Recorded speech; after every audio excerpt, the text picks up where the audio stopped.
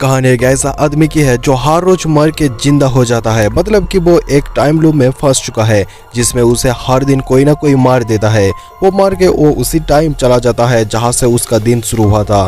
तो इस time loop से वो कैसे बाहर निकलता है देखते हैं इस कहानी में। कहानी की शुरुआत रॉय नाम का एक आदमी से होती है जो एक ही दिन को कई बार जी चुका है। हर रोज कोई ना कोई उसे मार डालता था। वो एक से बचता था तो कोई दूसरा आके उसे मार देता था, और बाई चांस दूसरे से वो बच जाता था तो तीसरा आकर उसे मार डालता था। अब इतने बार मारने के बाद उसे पता था कौन कब उसे मारने वाला है। वो हर रोज मर के जब सुबह उठता है तो एक आदमी उसे मारने का कोशिश करता है। जब तक रॉय उससे निपटते हेलीकॉप्टर लेकर एक आदमी उसे गोलियों का बारिश कर देता है।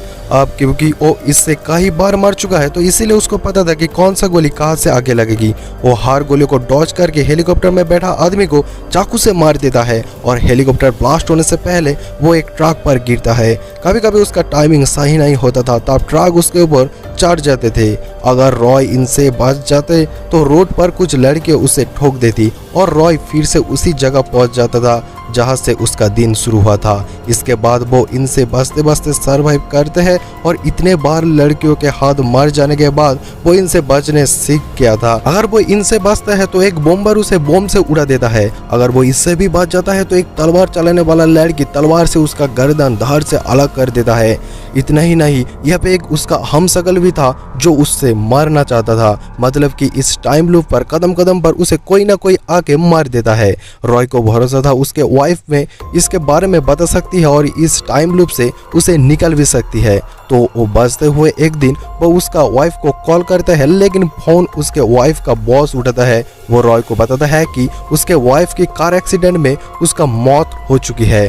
तो सुनकर रॉय बहुत दुखी होता है। तब दो लोग मिलकर उसको रॉकेट लॉन्चर से उड़ा देती है और रॉय फिर से उसी टाइम में पहुंच जाता है। इसके बाद रॉय बचते हुए वो दो लड़कियों को ठिकाना लगाता है और अपने फेवरेट कैफे में जाता है जहां पर वो काफी बार आ चुके हैं। यहाँ पे देव नाम का एक आदमी था जो सिक्योरिटी सर्विस में काम करते थे, और एक चाइनीज तलवार चलाने वाला लड़की भी होता है।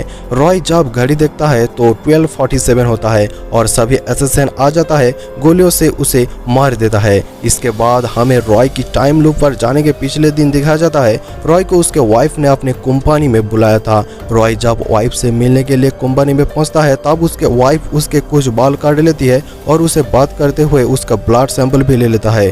अब रॉय को कुछ समझ नहीं आता तो उसे पूछता है कि तुम क्या कर रही हो और ये मशीन किस चीज के लिए है। दरअसल उसके वाइफ जमा अपने बॉस के लिए एक टाइम मशीन पर काम कर रही थी जो टाइम को बदल सकता था, और इधर सीसीटीवी में जमा का बॉस भी दोनों के देख रहा था। वो नहीं चाहता था उसके इस प्रोजेक्ट के बारे में किसी को पता चले, इसीलिए वो जमा के पास अपने आदमी भेजकर रॉय को जाने के लिए कहता है। और जब रॉय यहाँ से जाने वाला था तब जमा ने रॉय को कान में कहता है कि तुमने बर्थडे गिफ्ट चेक किया क्या, और ओसारिस नाम का एक वार कहता है जिसको उसे याद रखने के लिए कहता है।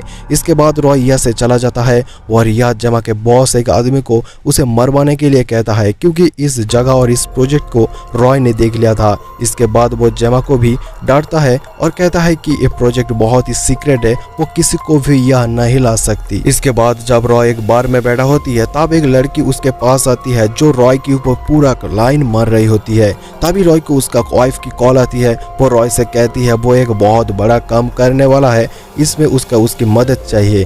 तभी जमा का बॉस उसके फोन का लाइन काट देता है। इसके बाद जमा ने रॉय को बाल और ब्लड सैंपल के मशीन में रखने जाने वाला होती है। तब कैमरा में उसके बॉस देख लेता है, अपने आदमियों को जमा को रोकने के लिए भेजता है। तभी प्रेजेंट टाइम में रॉय की आंख खुल जाती है और रॉय को अपने वाइफ की कही हुई बात याद आती है कि जमा ने उसे बर्थडे गिफ्ट भेजा था। इसके बाद वो गिफ्ट खुलता है और एक बुक निकलती है जिसमें ओसारिस लिखा होता है जिसको उसके वाइफ ने याद रखने के लिए बोला था। तभी वहाँ पर हेलीकॉप्टर पहुंचता है और चाकू से उसे मार के किताब को पढ़ने के लिए एक जगह जाता है। जब वो किताब को पढ़ने वाला होता है तब उसे उसका बेटा दिखाई देता है, जिसे देखकर रॉय उसे बात करने के लिए चला जाता है। लेकिन वहाँ पे उसका बेटे को पता नहीं था कि रॉय उसके बाप है, लेकिन रॉय उसके साथ बात करता है और टाइम स्पेंड करता है। जब वो बेटे के साथ उस जगह से बाहर आता है और घड़ी में देखता है 12:50। ऐसा पहली बार हो रहा था कि रॉय 12:50 तक जिंदा है, और दिन भर लोग उसे 12:47 में मार देता था। इसीलिए रॉय को पता चल जाता है उन्होंने उसके शरीर में कोई ट्रैकर लगाया है। और वो अभी तक जिस जगह पर थे वहाँ पे ट्रैकर ब्लॉकर था।